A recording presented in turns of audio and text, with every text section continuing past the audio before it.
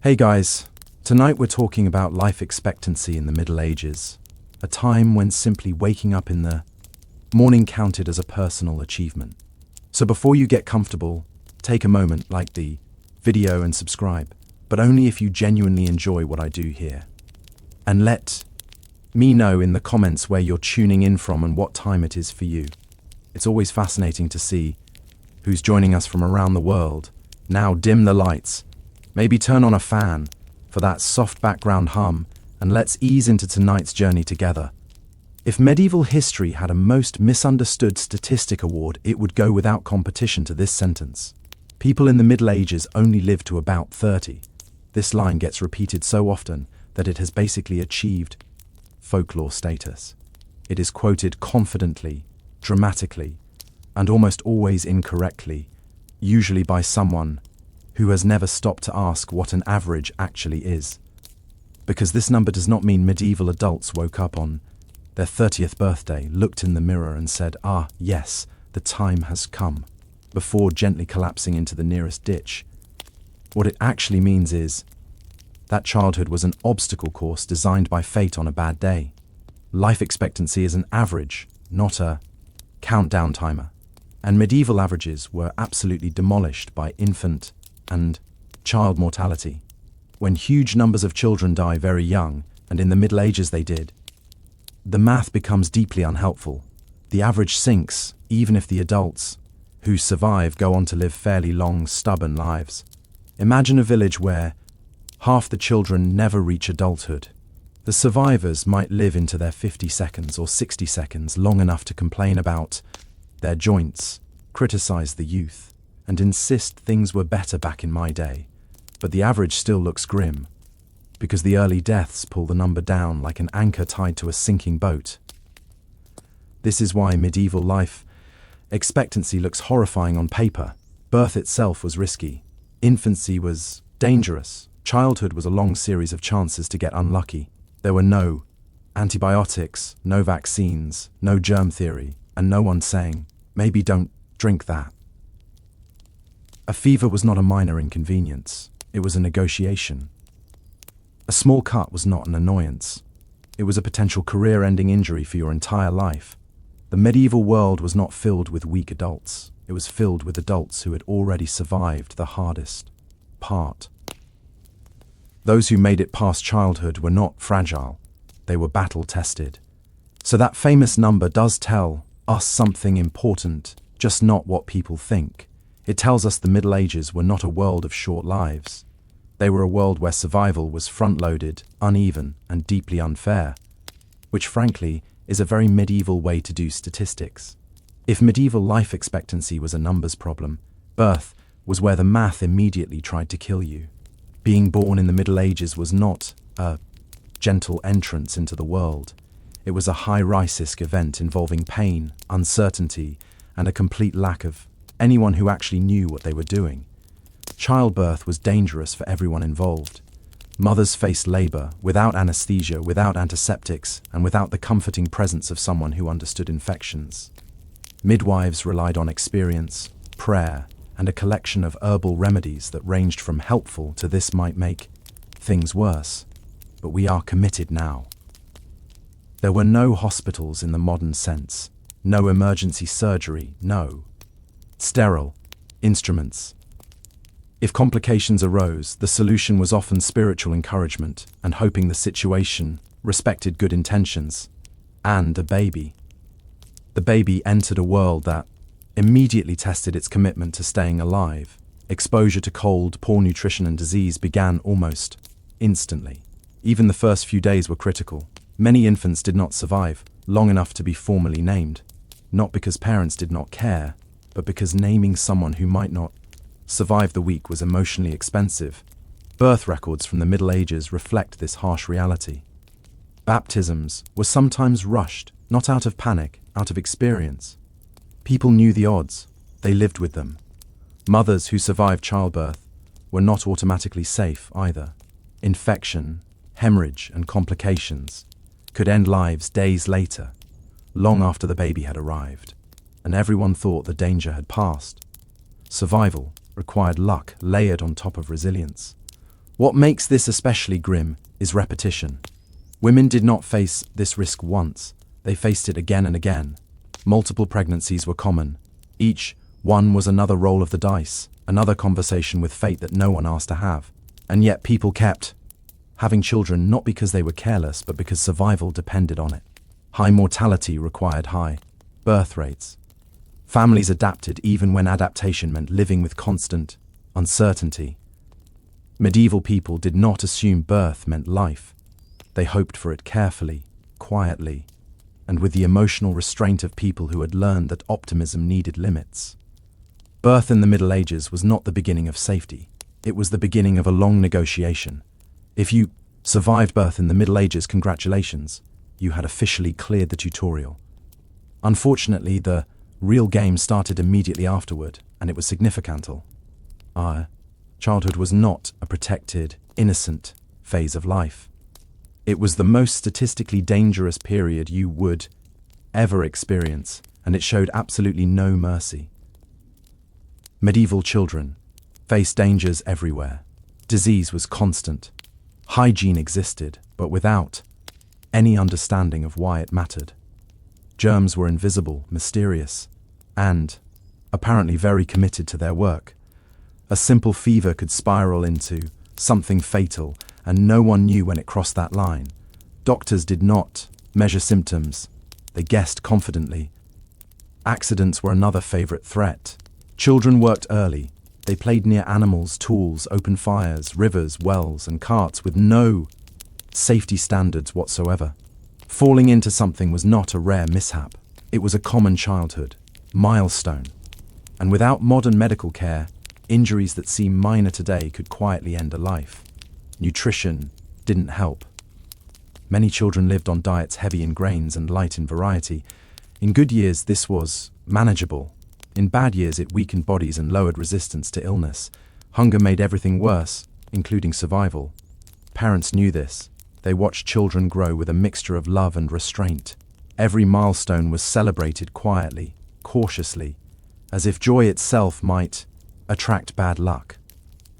The longer a child lived, the better their chances became. But no one ever fully relaxed. This is where modern misunderstandings begin. We imagine medieval childhood as emotionally cold. It was not. It was emotionally careful, loving deeply while expecting loss was a survival strategy. People learned to hope in measured doses. And yet, despite everything, many children did survive. Those who made it past the most dangerous early years grew stronger, tougher, and remarkably resilient. Adolescence survival odds improved significantly. At that point, you had beaten the hardest level without even realizing it. Childhood in the Middle Ages was not short because people didn't value children. It was short because the world did not care. If you reached adulthood, you didn't just grow up, you earned it. There is a stubborn myth that medieval parents didn't love their children because so many of them died. The logic usually goes like this: if loss was common, attachment must have been weak. This idea sounds neat, emotionally tidy, and completely wrong. Medieval parents loved their children intensely. We know this from letters, wills, prayers, church records, and graves. Parents mourned deeply. They grieved publicly and privately. They wrote about their children. They paid for memorials when they could afford them. They did not shrug and move on like emotionally distant robots made of straw and theology. What medieval parents practiced was not emotional detachment. It was emotional management. When death is common, you do not stop loving. You stop assuming. You learn to love while holding back just enough to survive the grief if the worst happens. This wasn't coldness, it was experience. Parents celebrated milestones carefully. A child's first year mattered. Reaching early childhood mattered. Surviving winter mattered. Each stage unlocked a little more relief, a little more hope. Naming ceremonies were sometimes delayed. Not because parents were indifferent, but because naming someone who might not survive the month was emotionally expensive. It was grief, budgeting. You can see this caution everywhere. Parents prayed obsessively. They used charms. They followed folk remedies. They tried everything available, even when those options ranged from mildly helpful to deeply questionable. This wasn't ignorance. It was desperation mixed with love. And when children died, parents did not respond with stoicism. They responded with mourning that looks painfully familiar to us. Tears, prayers, guilt, anger, and silence appear repeatedly in medieval records. Loss hurt then just as much as it hurts now. The difference was frequency, not feeling. Ironically, this myth exists because medieval parents adapted so well. They functioned despite loss. They continued working, raising families, and living. Modern observers mistake resilience for indifference. But resilience is not the absence of love. It is what love looks like when it has no choice but to continue. Medieval parents loved their children fully, just without the luxury of assuming a happy ending. Here's the plot twist most people never hear. If you survived childhood in the Middle Ages, your life expectancy quietly improved dramatically. Not magically, this was still the Middle Ages, but enough to completely reframe that infamous people only live to 30 line. Once you made it past infancy, early childhood, and adolescence, you had already cleared the most dangerous phase of medieval life. At that point, you were no longer constantly rolling the dice against nature. You were still playing the game, but the odds had stopped being openly hostile. Many medieval adults lived into their 50 seconds. Quite a few reached their 60 seconds. Some even reached their 70 seconds, at which point the village collectively decided you were either blessed, cursed, or secretly immortal. Old age wasn't common, but it absolutely existed. And when it did, it came with authority. Elders were respected, consulted, and occasionally blamed for everything that went wrong, which is still how old age works today. This is where modern misunderstandings really collapse.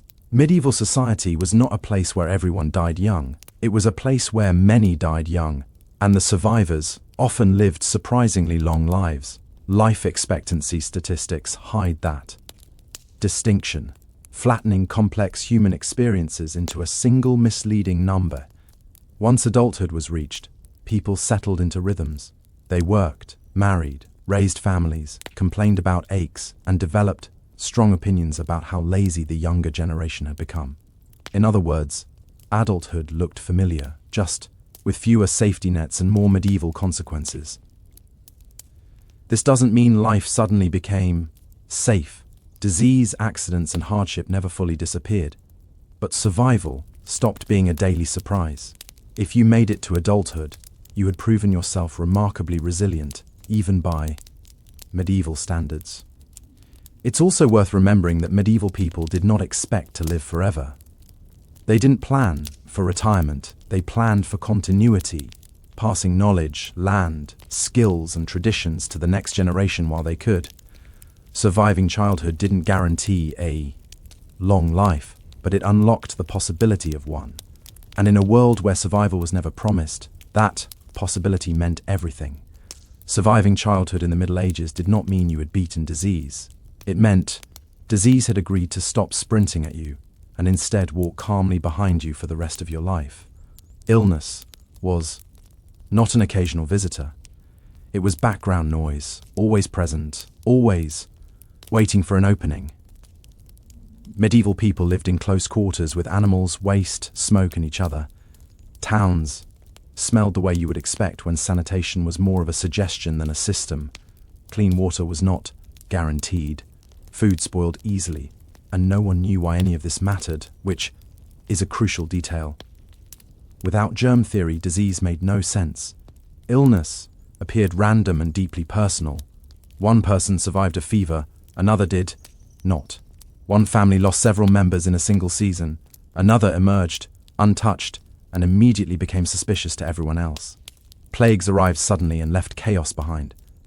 Some were local, some were regional, some rewrote history. Even outside major outbreaks, smaller illnesses chipped away constantly. Respiratory infections, stomach illnesses, parasites, and skin infections were everyday realities. If you were alive, you were fighting something. Medical responses were enthusiastic but misguided. Doctors relied on ancient theories about bodily humors. Treatments included bloodletting, purging, sweating, and strongly worded optimism. Sometimes patients recovered despite the treatment. Sometimes they recovered because they stopped receiving it. Doctors called both outcomes success. What made disease especially dangerous was how quickly it escalated. A mild sickness could turn severe in days. There was no concept of monitoring symptoms over time. If you worsened fast. Families often realized someone was in serious trouble only when it was already too late. Even strong adults were vulnerable. Hard work weakened bodies. Poor nutrition lowered resistance. Cold winters and bad harvests created perfect conditions for illness to spread. Survival required luck layered on top of resilience, layered on top of exhaustion. And yet, people adapted. They learned patterns. They noticed seasons of sickness. They isolated when they could. They prayed, cleaned, rested, and hoped. Hope, it turns out, was a renewable resource. Disease did not define medieval life, but it shaped every expectation. If you lived long, it was not because illness disappeared. It was because it missed you just enough. If disease was always lurking in the Middle Ages, medicine was always nearby, confidently doing its best. And by best, we mean operating on vibes, tradition, and an impressive amount of self-assurance. Medieval medicine was not useless, but it was deeply optimistic about how little evidence it needed.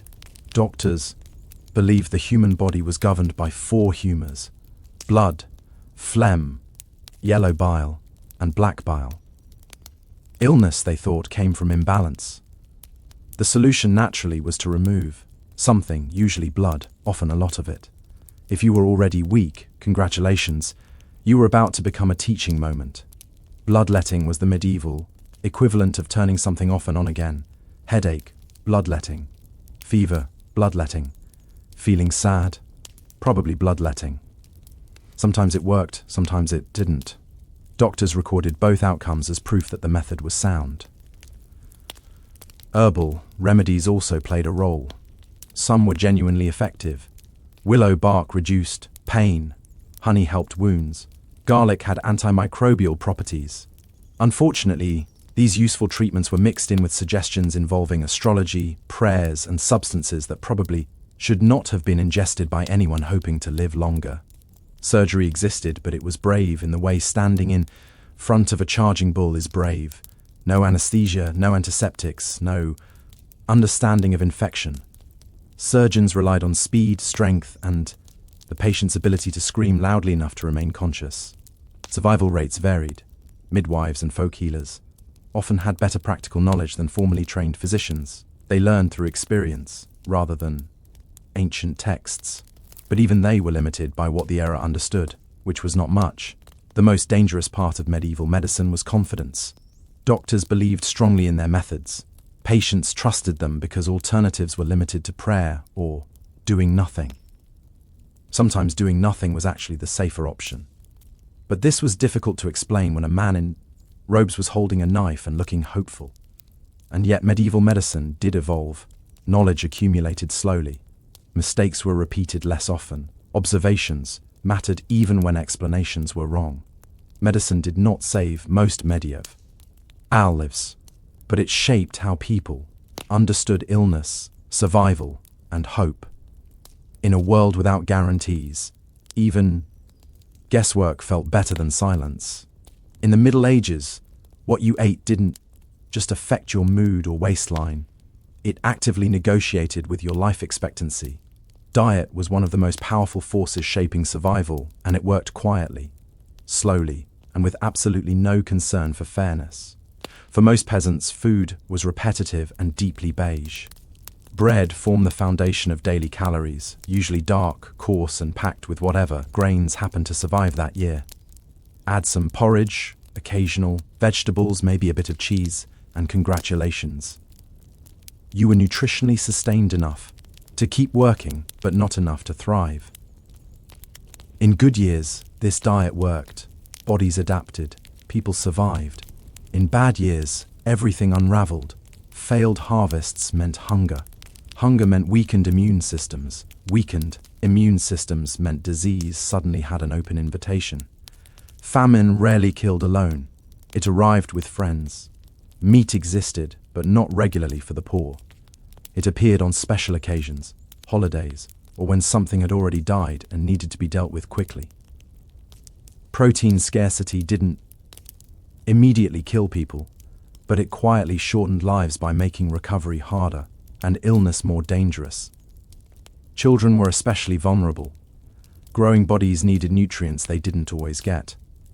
Malnutrition slowed development, weakened bones, and left kids less able to fight infections. Many children survived, but survival came at a cost that showed up later in life.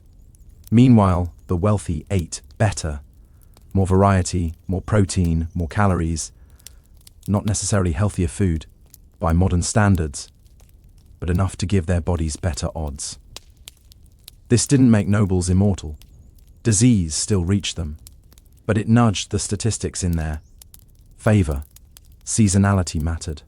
Winter diets were worse. Fresh food disappeared. Preservation methods were limited. People ate what they had, even when it wasn't ideal. Moldy bread, watered-down ale, and questionable leftovers were normal. Complaining didn't help.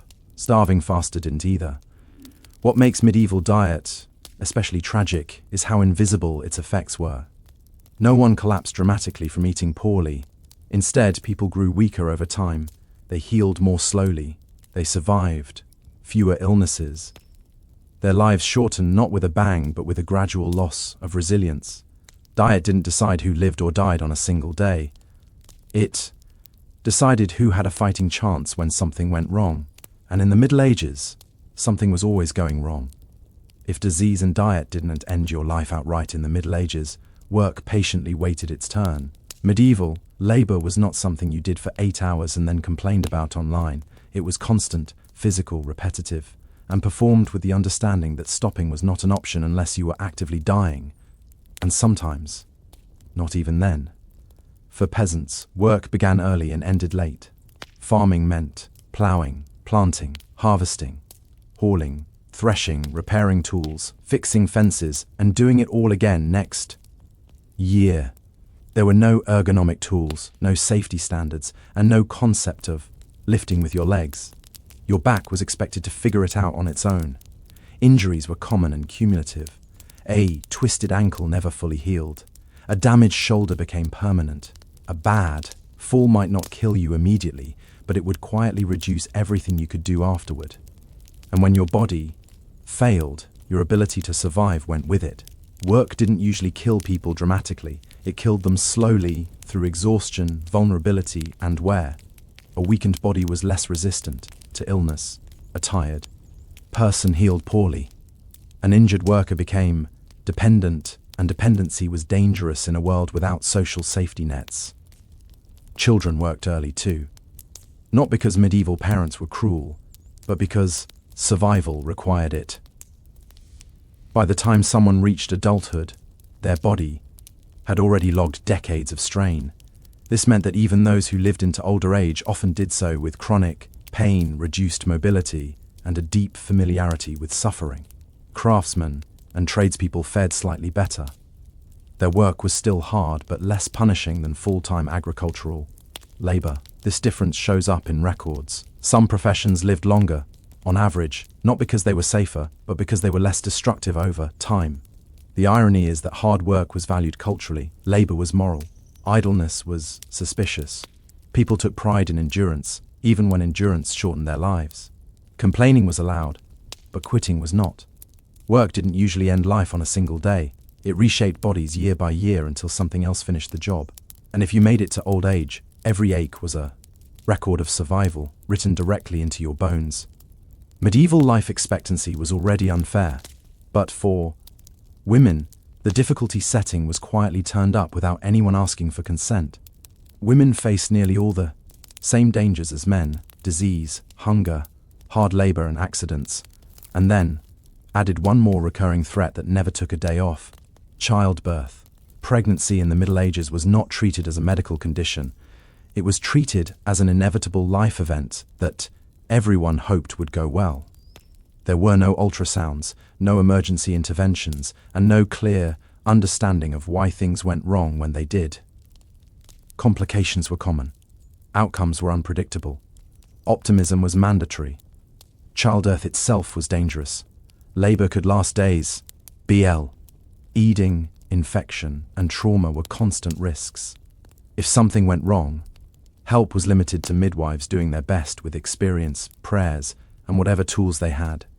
Sometimes that was enough. Often it wasn't. And the danger didn't end once the baby arrived. Post-birth infections quietly claimed lives days or weeks later. Women who seemed fine suddenly weren't. Families celebrated a successful birth only to find themselves planning a funeral shortly afterward. Medieval joy had a short memory window. What made this especially cruel was repetition. Women did not face this risk once. They faced it repeatedly. Multiple pregnancies were common because survival depended on numbers. High child mortality required high birth rates. Each pregnancy was another roll of the dice with the same body already weakened by labor, malnutrition, and work. Despite this, many women lived long lives. Records show women reaching older age, managing households, working, fields, raising children, and becoming central figures in family and community life. Survival didn't mean ease, it meant endurance layered on top of responsibility. Men often died from violence or labor-related strain. Women often died from biology, doing what biology does with absolutely no concern for fairness. Life expectancy numbers reflect this imbalance, even if the stories behind them rarely get told. Being a woman in the Middle Ages did not guarantee a shorter life, but it guaranteed more risk, and every year survived was not just luck. It was quiet resilience in a world that demanded it constantly. Even when disease was quiet and food was available, medieval life carried one more persistent background threat. Violence, not constant battlefield chaos, but the kind of everyday instability that hovered just close enough to matter.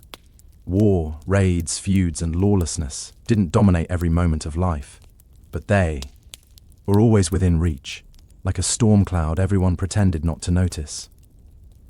Most medieval people were not soldiers, but they lived in a world where conflicts flared often and resolved slowly. Armies moved through countryside, not around it. When they did, peasants paid the price. Crops were trampled, livestock disappeared, villages were looted strategically. Survival during wartime had less to do with bravery and more to do with not being noticed. Young men faced the highest risk. They were the ones conscripted, pressed into service, or caught in fighting whether they wanted to be or not. This skewed life expectancy even further. Entire age groups could be thinned out by a single campaign, leaving behind gaps that statistics quietly absorbed. Violence also existed at the local level. Disputes over land, inheritance, or honor could turn deadly. Law enforcement was inconsistent. Justice depended heavily on who you were, where you lived, and whether someone important cared enough to intervene. For many, avoiding conflict was a survival skill on par with farming. Accidents and interpersonal violence blended easily. Taverns, tools, animals, and weapons lived in close proximity. A bad argument, combined with alcohol and sharp objects, could end a life quickly. These deaths were not constant, but they were common, enough to matter. What made violence especially dangerous was how it stacked with everything else. Hunger weakened bodies, disease reduced recovery. Injury that might be survivable today could be fatal. Then a wound was not just trauma, it was an invitation for infection to finish the job. And yet, medieval life was not a non-stop bloodbath. Most people lived ordinary lives most of the time. They worked, celebrated, argued, reconciled, and endured. Violence shaped expectations, not daily routines. Life expectancy suffered not because violence was everywhere, but because when it appeared, it was unforgiving. In the Middle Ages, peace was never permanent. It was something you enjoyed carefully while it lasted. In the Middle Ages, life expectancy didn't just depend on luck, resilience, or avoiding suspicious fevers. It also depended heavily on something you had absolutely no control over, who you were born to. Social class quietly tilted the odds long before anyone had a chance to make good decisions. Peasants lived closer to danger. Hard labor, poor nutrition, exposure to the elements, and crowded living conditions all worked together to shorten lives. If you were poor, your body absorbed the cost of survival every single day. You did not get breaks. You did not get lighter duties when injured. You worked until you could not, and then you worked some more. Nobles lived differently. They ate better. They slept in warmer homes. They worked less physically demanding jobs. They had servants to absorb risk on their behalf. This mattered not because nobles were smarter or stronger, but because their bodies were not constantly being worn down by survival itself. This does not mean nobles were safe. Far from it. Disease did not respect titles. Plagues happily swept through castles. Poor medical knowledge affected everyone equally. And nobles had a habit of dying in wars, tournaments, and ambitious political schemes. Privilege improved odds, not outcomes. The clergy often lived longer than both peasants and nobles. Their lives involved less physical labor, more stable food access, and communal support. Monasteries functioned as early social safety nets. Regular meals, shelter, and care during illness made a measurable difference. It turns out rest and routine are good for survival. Urban life sat somewhere in between. Cities offered opportunity and danger in equal measure. Better access to food and trade competed with overcrowding, waste, and disease. Living in a city could extend your life or shorten it dramatically, depending on timing and luck. Class didn't guarantee survival. It nudged probabilities. A peasant could live long, a noble could die young. But statistically, comfort mattered. Reduced physical strain mattered. Consistent nutrition mattered. Life expectancy in the Middle Ages was not evenly shared. It was distributed according to burden. And the heaviest burdens were carried by those least able to avoid them. One of the strangest modern misconceptions about the Middle Ages is the idea that old people simply did not exist, as if medieval villages were populated entirely by the young, the exhausted, and the recently deceased. In reality, old age absolutely existed. It just didn't distribute itself evenly or politely. If you walked through a medieval village, you would often find elders, men and women with bent backs, weathered faces, and joints that complained louder than the church bells. These people had survived disease, hunger, war, childbirth, and decades of physical labor. They were not anomalies. They were survivors. What made old age rare was not biology, it was access. Access to food, access to stability, access to a body that hadn't been completely destroyed by work or repeated illness. Those who reached old age often did so because they had either been unusually lucky or lived lives that allowed their bodies to endure. Old age came with status. Elders were respected, consulted, and occasionally blamed for everything from bad harvests to improper youth behavior. They were living memory. They remembered past famines, past wars, and past mistakes, which meant they were either valued for wisdom or ignored for being inconveniently correct. That said, old age was not gentle. There was no retirement, no pensions, no medical support designed to keep you comfortable. Aging meant pain. It meant reduced mobility. It meant dependence on family and community. If that support failed, survival became uncertain very quickly. Interestingly, medieval people did not view old age the way we do. It was not something everyone expected to reach. It was seen as a bonus stage, a blessing, sometimes even a burden. Living long meant you had outlasted many of your peers, which brought both honor and loneliness. Records show people living into their 60 seconds and 70 seconds, sometimes even beyond. These individuals did not invalidate low life expectancy numbers. They explained them. They showed what was possible when early risks were survived. Old age in the Middle Ages was not rare because people couldn't live long. It was rare because too many never got the chance. And those who did, they carried an entire era on their backs, literally and historically. By this point, it should be clear that medieval life expectancy has been doing a very poor job of explaining medieval lives. The number exists. It is technically accurate. And it is almost always misunderstood in the most confident way possible. Life expectancy is not a promise. It is not a prediction. It is not a countdown clock hovering over your head. It is an average, a mathematical summary of wildly uneven experiences. And in the Middle Ages, those experiences were uneven to the point of absurdity. When half of all children die young, averages collapse. They get dragged downward by tragedy long before adulthood even has a chance to participate. The result is a number that sounds shocking but explains very little unless you understand what shaped it. Modern readers often hear low life expectancy and imagine a society where everyone lived short, miserable lives. That image feels neat and dramatic. It is also wrong. Medieval people did not move through life expecting to die at a certain age. They expected uncertainty. They expected risk. They expected that survival was something you earned year by year, not something guaranteed by default. This difference matters. People planned their lives differently. They did not think in decades ahead. They thought in seasons, harvests, winters survived. Children grown strong enough to help. Each year lived was an accomplishment, not a stepping stone toward a fixed endpoint. Lifespan, the maximum age someone can reach, remained surprisingly stable across human history. What changed dramatically was how many people reached it. Medieval society filtered people, early and harshly. Modern society filters far later. The ceiling did not move much. The floor did. Statistics hide that human truth. They compress grief, luck, endurance, and resilience into a single number and pretend it tells the whole story.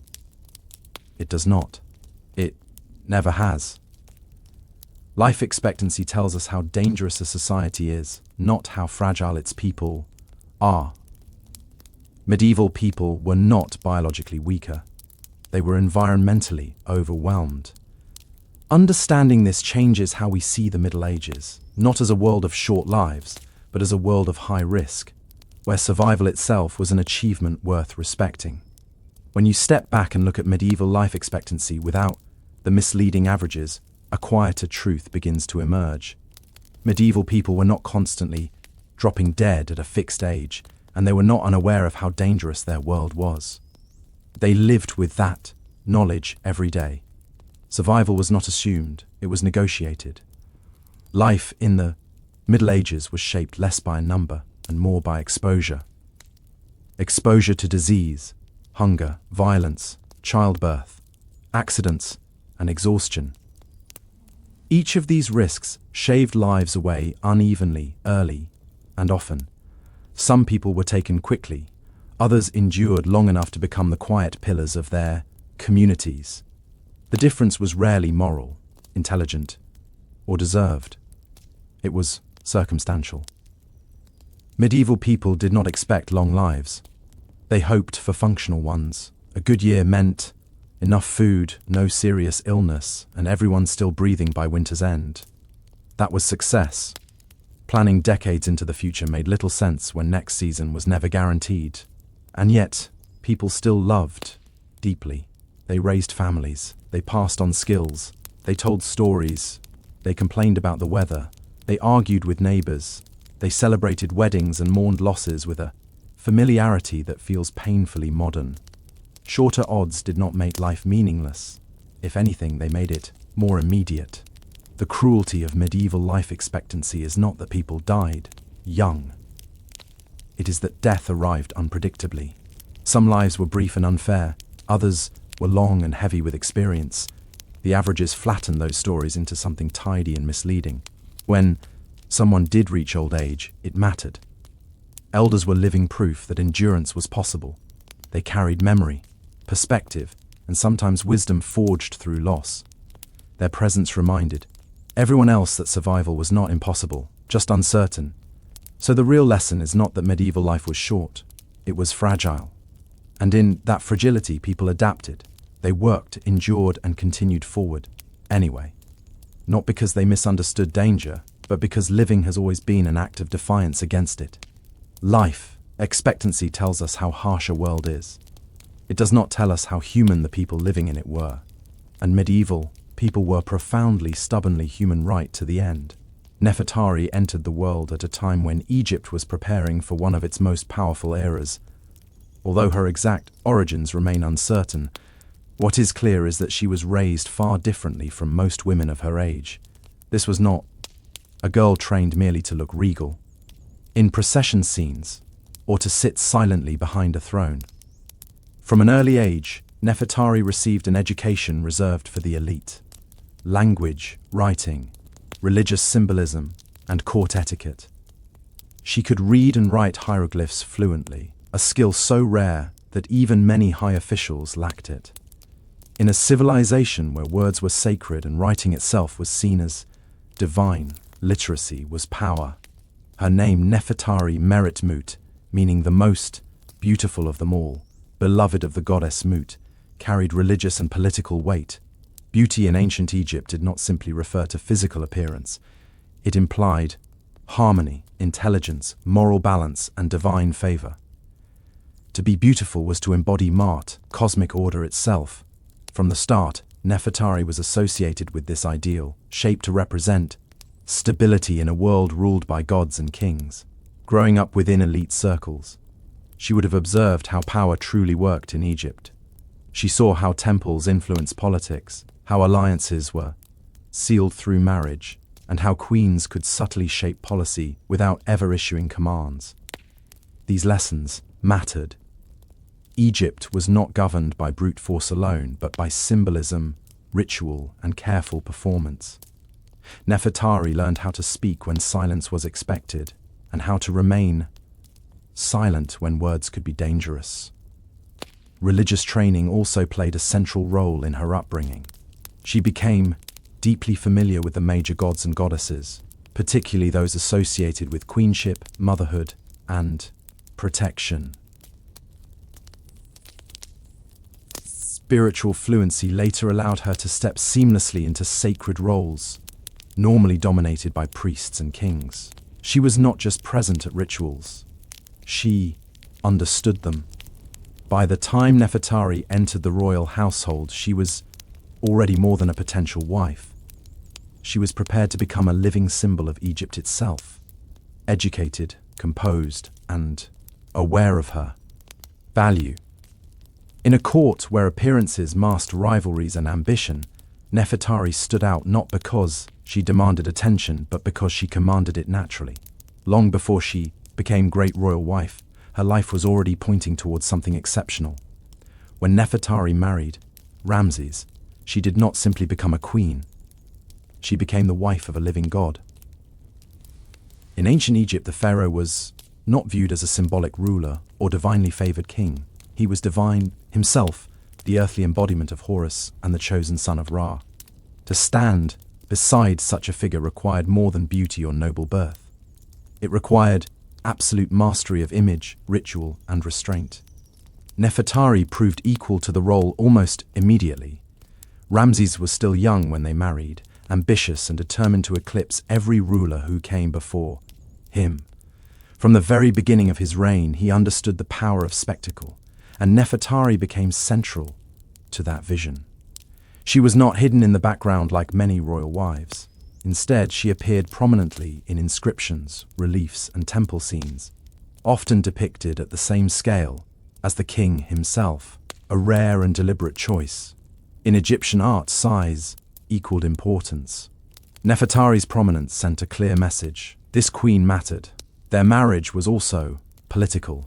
Egypt was entering a period of intense international rivalry, especially with the Hittite Empire. Stability at home mattered as much as military strength abroad. Nefertari projected calm authority, reinforcing Ramses' legitimacy and presenting the royal household as harmonious and divinely sanctioned. Together they embodied Mut order, balance, and continuity, the very principles that kept the universe from collapsing into chaos. Yet this was not a passive partnership. Evidence suggests that Ramses genuinely trusted her judgment. Unlike many queens, whose influence is inferred only indirectly. Nefertari's presence is explicit. She appears in religious roles typically reserved for kings, making offerings to gods, participating in sacred rituals, and acting as an intermediary between the divine and human worlds. This visibility was not accidental. It reflected her competence and the confidence placed in her. Emotionally, their bond appears unusually strong by royal standards. Ramses would later father dozens of children with multiple wives, but Nefertari remained his great royal wife, the primary queen for many years. In inscriptions, he refers to her with language that goes beyond formula, emphasizing admiration and devotion. In a court built on hierarchy and power, Nefertari secured something rare, enduring favor. By marrying Ramses, Nefertari stepped into one of the most dangerous roles in Egypt. Surrounded by ambition, ritual, and expectation, she did not vanish into the throne's shadow. Instead, she helped shape its image and, quietly, its authority. Nefertari's greatest strength did not lie in ceremony alone, but in diplomacy, a skill that elevated her far beyond the role of a traditional consort. During Ramses' reign, Egypt was deeply entangled in international politics. The Near East was a fragile chessboard of rival powers, shifting alliances, and constant threats of war. Words, when used correctly, could prevent bloodshed. Nefertari knew this, and so did the king. Her most remarkable diplomatic role is revealed through surviving correspondence with the Hittite court, particularly with Pudu-Hipa, the powerful queen of the Hittite Empire. These letters were not ceremonial greetings written by scribes and stamped with royal names. They were personal, warm, and politically precise. Nefertari addressed Pudu-Hipa as an equal, my sister, a term reserved only for rulers of the highest rank. This was not flattery. It was a statement of status. Through these exchanges, Nefertari acted as a stabilizing force, following years of hostility between Egypt and the Hittites. After decades of conflict, including the famous Battle of Kadesh, peace was fragile. Treaties could be signed by kings, but trust was built through relationships. Nefertari helped maintain that trust. She sent gifts of gold, fine linen, and luxury goods, reinforcing Egypt's wealth while signaling goodwill. Each gesture carried meaning. Each word was carefully chosen. What makes this extraordinary is that she operated in a political space dominated almost entirely by men. While male diplomats negotiated borders and armies, Nefertari worked through softer but no less powerful channels: kinship language, religious symbolism, and mutual respect. She understood that diplomacy was not just about dominance, but perception. If peace appeared honorable, it was more likely to last. Her literacy gave her a decisive advantage. She could read foreign correspondence herself, understand nuance, and respond without relying entirely on intermediaries. This direct engagement made her an asset Ramses could trust in sensitive matters. It also made her visible beyond Egypt's borders, enhancing her reputation across the ancient world. In these letters, Nefertari is not passive, submissive, or ornamental. She is confident, articulate, and deliberate, a queen fully aware of her influence. Through diplomacy rather than decree, she helped secure stability for an empire at its height. While armies guarded Egypt's borders, Nefertari guarded its peace quietly, effectively, and with remarkable intelligence. In ancient Egypt, queenship was not only political, it was sacred. Nefertari's authority flowed as much from religion as from marriage, and she understood this better than most. The queen was expected to embody divine femininity on earth, acting as a living bridge between gods and mortals. Nefertari did not merely play this role, she inhabited it fully. She was closely associated with Isis, the divine wife, mother, and protector of kingship. Isis was not a passive goddess. She was a strategist, a magician, and a restorer of order. By aligning Nefertari with Isis in temple reliefs and inscriptions, the royal court was making a powerful statement. This queen was not just supportive, she was essential. Just as Isis restored Osiris and protected Horus, Nefertari symbolically protected Ramses and the future of Egypt. Nefertari frequently appeared, performing religious rituals usually reserved for pharaohs. She made offerings to major deities, participated in temple ceremonies, and was shown engaging directly with the gods rather than standing behind her husband. These depictions were deliberate. Religion in Egypt was not personal belief alone. It was statecraft. A queen who could operate confidently within sacred space enhanced the legitimacy of the entire dynasty. Her role as God's wife and lady of the two lands carried practical power. Temples were economic engines controlling land, labor, and wealth. By participating in temple life, Nefertari indirectly influenced resources and religious networks across Egypt. Priests did not see her as ornamental. They saw her as divinely sanctioned. This sacred authority also shaped how she was perceived by the population. Common people might never see the queen in person, but they saw her image carved into stone, painted on walls, and invoked in prayers. Nefertari became familiar, reassuring, and powerful, a maternal presence within a vast and often intimidating empire. Importantly, religious power outlasted physical presence. Even as years passed and other wives entered Ramses' household, Nefertari's divine associations remained intact. Sacred imagery does not fade easily by anchoring herself so deep. Within Egypt's religious worldview, she ensured that her authority could not be easily replaced. Nefertari's strength then was not loud or aggressive. It was ritualized, symbolic, and enduring. Through religion, she transformed queenship into something timeless, not just the wife of a king, but a necessary component of cosmic order itself. As years passed, Nefertari's position at court remained extraordinary. But time was never neutral in the household of Ramses II. The king would live for decades and father many children with multiple wives. Yet Nefertari's status as great royal wife carried a weight no other queen could easily replace. Her influence was not based on novelty or youth, but on trust built over years of shared rule, ritual, and responsibility. Royal inscriptions reveal something rare. In ancient kingship, affection that appears personal rather than formulaic. Ramses spoke of Nefertari with admiration, emphasizing her wisdom and grace, not merely her beauty. This mattered in a system where queens could be politically sidelined once they lost favor. Nefertari remained central long. After the early years of the reign, her authority did not depend on constant visibility, but on the foundation she had already secured. Motherhood strengthened this position further. Nefertari bore several of Ramses' children, including princes and princesses who played roles in court and religious life. Through them, her influence extended into the next generation. In Egypt, legacy was everything. To be remembered through one's children was to achieve a form of immortality long before death. Yet even a favored queen could not escape the realities of time. As Nefertari aged, her appearances in official records gradually became less frequent. This was not erasure, but transition.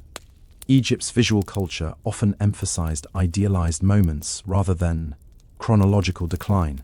Her image remained youthful, divine, and composed, frozen in perfection. Even as real life moved forward, what makes this phase of her life remarkable is the absence of rivalry or disgrace. There is no evidence of political downfall, exile, or replacement through scandal. Instead, Nefertari seems to fade gently from daily court life while retaining symbolic power.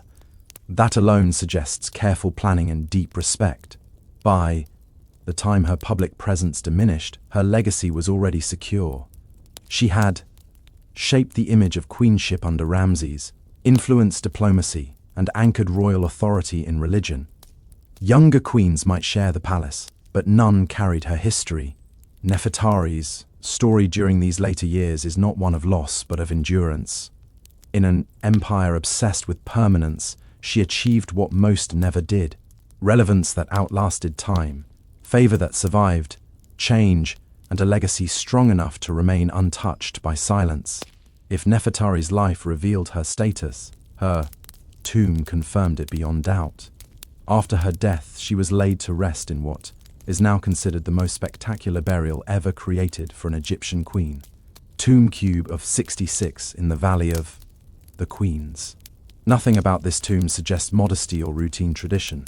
Every wall, every color, every figure proclaims that this woman was extraordinary. Unlike many royal tombs that emphasize power through sheer scale, Nefertari's burial space focuses on refinement, symbolism, and intimacy with the divine. The walls are covered in vivid paintings so well preserved that they appear almost modern. Deep blues, glowing reds, and luminous golds surround the queen as she journeys through the afterlife. She is shown not as a passive soul awaiting judgment, but as an active participant, speaking to gods, receiving guidance, and moving confidently toward eternity.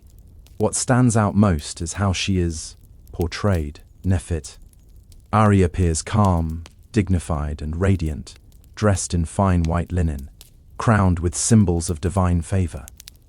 The gods treat her as an equal, not a servant. This is a crucial detail in Egyptian belief. How one was depicted in death reflected how one was expected to exist forever. Nefertari was not meant to vanish into the afterlife. She was meant to belong there. The religious texts illustrated on the walls, including passages from books reserved almost exclusively for kings, further emphasize her elevated status. These were not decorations chosen lightly. They required approval, resources, and theological justification. Granting such texts to a queen was a declaration that her soul deserved the same protection and guidance as a pharaoh's. Even the placement of her tomb mattered. The Valley of the Queens was not merely a burial ground, it was a sacred landscape tied to rebirth and divine motherhood. By placing Nefertari there, the royal court aligned her forever with regeneration and cosmic renewal. Ironically, the tomb's perfection also underscores a mystery. Despite the grandeur, her mummy was never found there. Whether her remains were moved for protection or lost to ancient tomb robbers remains unknown. Yet perhaps that absence adds to her legend. In death, as in life, Nefertari refuses to be ordinary. Her tomb is not just a resting place, it is a statement, carved in stone and color, that this queen was meant to be remembered forever. In death, Nefertari did not disappear into myth or abstraction. Instead, she entered a carefully constructed eternity, one designed to mirror the authority she held in life. Ancient Egyptian belief held that the afterlife was not a reward but a continuation, a second existence that demanded preparation, knowledge, and divine approval. Nefertari was given all three. Inside her tomb, she is repeatedly shown standing before Osiris, not as a trembling soul awaiting judgment, but as a composed and confident figure. This visual language matters. Osiris was the ultimate authority over rebirth, decay, and renewal. To be depicted calmly in his presence was to signal moral perfection and spiritual readiness. Nefertari is not judged harshly, she is welcomed. She is also closely associated with Hathor, the goddess of love, joy, music, and protection of the dead. Hathor often appears guiding Nefertari, offering reassurance and safe passage. This pairing is deeply symbolic. Hathor was not only nurturing but powerful, a deity who could destroy or protect. To walk beside her was to be under divine favor. The afterlife imagery emphasizes movement rather than stillness. Nefertari is shown walking, speaking, gesturing, and engaging. This reflects a belief that the soul remained active and conscious. Eternal life was not endless rest, it was eternal participation in cosmic order. The queen's knowledge of sacred texts and rituals ensured that she would never be lost or confused in this journey. What is especially striking is the absence of fear. Many tombs include scenes meant to ward off dangers of the underworld, demons, traps, annihilation. In Nefertari's tomb, these threats are minimal. Her path is clear, illuminated, and protected. This visual confidence suggests that her spiritual status was considered unquestionable. This portrayal also reinforced memory among the living. Anyone who entered the tomb would see not a fragile mortal, but a victorious soul. In Egypt, remembrance sustained existence. To be remembered correctly was to live forever. Nefertari's afterlife scenes ensured that she would be remembered as composed, intelligent, and divinely accepted. Thus, her final transformation is complete. She is no longer only queen of Egypt or wife of a king. She becomes something greater, a permanent figure. Within Sak, Red cosmology. Even in death, Nefertari retains agency, dignity, and presence. Her eternity was not silent. It was deliberate. Nefertitari's story does not end with her burial. In many ways it begins there. Ancient Egypt was a civilization obsessed with memory, convinced that to be remembered was to continue existing. Names spoken, images preserved, stories retold. These were the tools of immortality. By that measure, Nefertari succeeded more completely than almost any royal woman of her time. Yet her legacy is marked by an unusual contradiction. Overwhelming presence paired with physical absence. Her tomb survives in astonishing condition, her image vivid and alive, but her body is missing. No coffin remains. No mummy rests in the chambers, prepared for her eternity. This absence has fueled centuries of speculation. Was her body moved to protect it from tomb robbers? Was it lost in antiquity? Or was it quietly rearied elsewhere, stripped of identity by time? The truth remains unknown. Paradoxically, this mystery has only strengthened her legend. Nefertari becomes more than a historical figure. She becomes an idea, without physical, remains to anchor her to mortality. She exists almost entirely through art, symbolism, and memory. Her painted face, calm and confident, has outlived stone, dynasty, and empire. For centuries after the fall of the New Kingdom, her name faded from common knowledge, buried under sand and silence. But when her tomb was rediscovered, it reignited fascination instantly. Scholars, artists, and historians recognized something rare, a woman whose power was not inferred but declared openly on every wall. Unlike many queens known only through their husbands, Nefertari speaks for herself through imagery and inscription. Her legacy also reshaped modern understanding of women in ancient Egypt. She challenges the simplistic idea that queens were decorative, powerless. Instead, she stands as proof that intelligence, education, and diplomacy could coexist with beauty and ritual. Her life forces a re-evaluation of how authority functioned, not only through armies and decrees, but through symbols, relationships, and belief. Today, Nefertari is remembered not just as the wife of a great king, but as a figure of autonomy and refinement. Museums reproduce her images, scholars analyze her titles, visitors stand in awe before her tomb, often describing it as intimate rather than grand, a space designed to honor a person, not just a position. In the end, Nefertari achieved what ancient Egyptians desired most. Though her body vanished, her name endured. And in Egypt, that meant she truly lived forever. Strip away the gold, the hieroglyphs, and the divine imagery, and what remains is a woman who understood power better than most kings. Nefertari's greatness was not accidental, nor was it granted to her solely through marriage. It was constructed carefully over time through intelligence, discipline, and an instinctive grasp of how Egypt functioned at its deepest level. She lived in a world where authority depended on balance. Too much ambition invited suspicion. Too much silence invited erasure. Nefertitari walked this narrow path with precision. She did not challenge the king's supremacy, yet she expanded the meaning of queenship so thoroughly that it could never return to something lesser. After her, the idea of the queen as merely ornamental no longer held. What makes her legacy endure is not a single achievement, but coherence. Her public image, religious role, diplomatic voice, and preparation all tell the same story. There is no contradiction between who she was in life and how she was represented in death. That unity is rare, in any era, ancient or modern.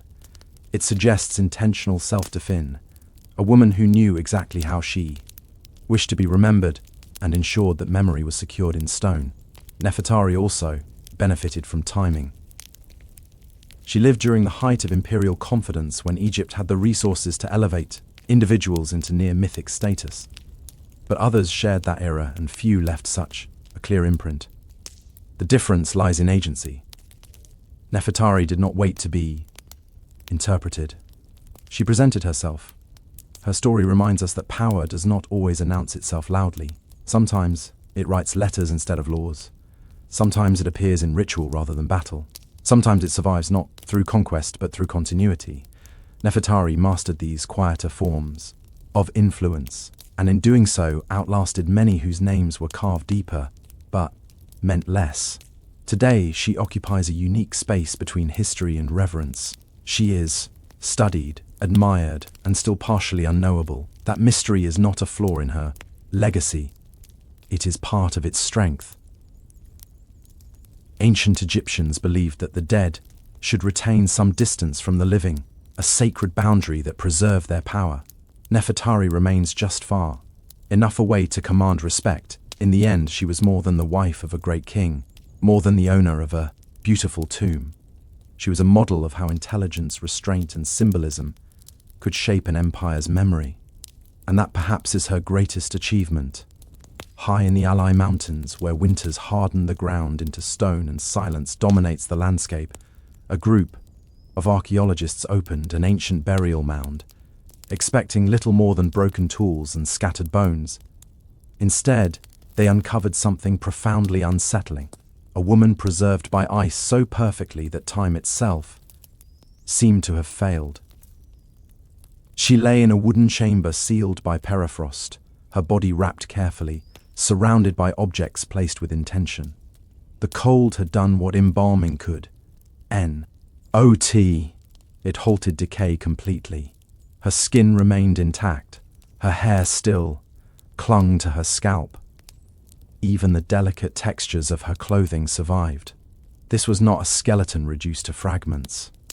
This was a person, recognizable, human, and eerily present. When the ice was removed, the shock only deepened. Dark, intricate tattoos stretched across her skin, curling into animal shapes and flowing lines. These were not decorative scratches or faded marks. They were deliberate, complex designs placed with skill and meaning. The patterns suggested identity, belief, and status.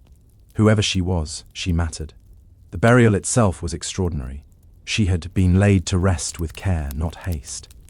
Her position, the objects around her, and the effort required to construct such a chamber in hostile terrain, all pointed to importance. This was not the grave of an ordinary nomad. This was someone worth protecting from time, from animals, from forgetting. What made the discovery so haunting was not just preservation, but immediacy. Archaeologists often deal with distance. Centuries reduced to artifacts. Here, that distance collapsed. The Ice Maiden confronted the modern world face to face. Her body still carried the shape of life. Her expression was calm, composed, almost deliberate. Death had not erased her presence. News of the discovery spread quickly.